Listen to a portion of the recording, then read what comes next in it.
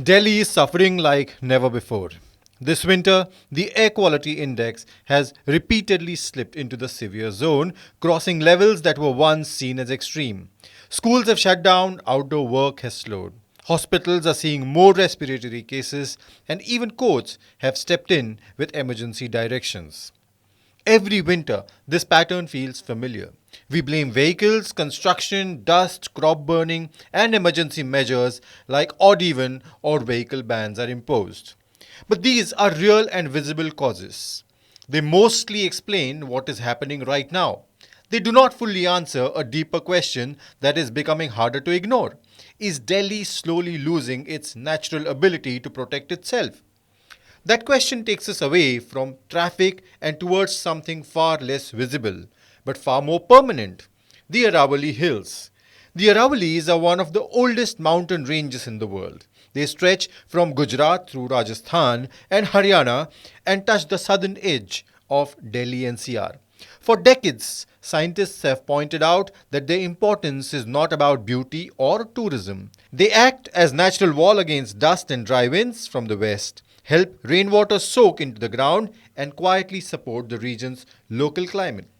In November 2025, the Supreme Court gave a ruling related to the Aravalli Hills. It said that only land that rises at least 100 meters above the surrounding area, along with a 100-meter buffer, would legally count as the Aravalli land. The court's aim was to bring clarity because earlier definitions were unclear and often led to disputes over mining and land use. But this new definition leaves out a large number of smaller hills and ridges. Environmental experts warn that nearly 90% of what is currently treated as Aravalli terrain could lose legal protection.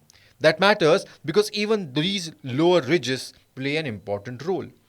They slow desert winds, reduce dust movement, and allow rainwater to seep into the ground. Losing them does not cause instant damage, but it weakens Delhi's natural defenses over time. The court also asked for satellite mapping and a plan for sustainable mining. On paper, this sounds balanced.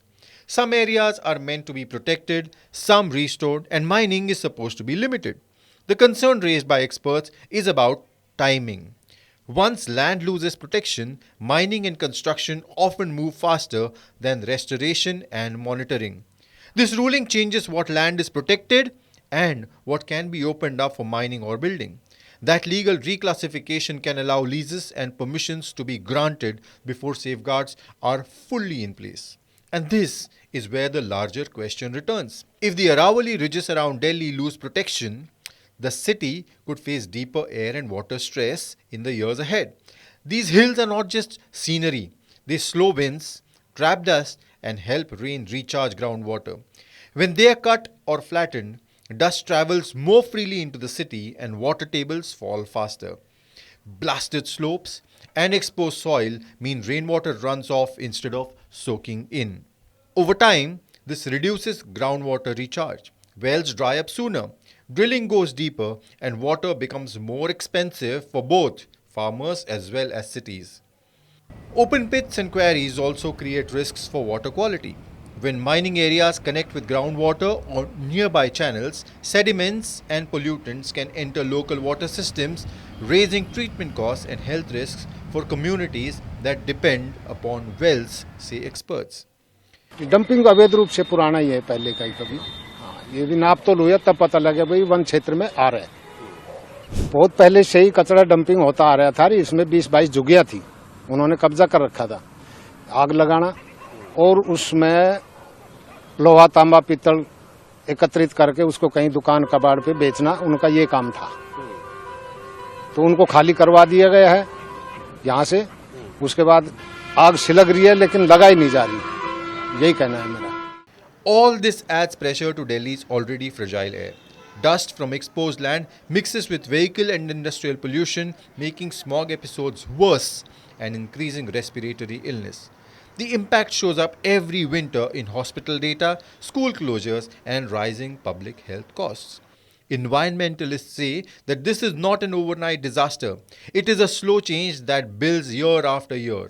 Fewer hills, deeper water tables, more dust, and weaker natural buffers can slowly push the region towards becoming hotter, drier, and harder to live in. And that brings us back to where we began. Delhi's pollution crisis is not only about what we burn or drive today, it is also about what we quietly remove from the landscape, and whether in doing so we are turning a seasonal problem into a permanent one. Join us and call for Save the Aravallis.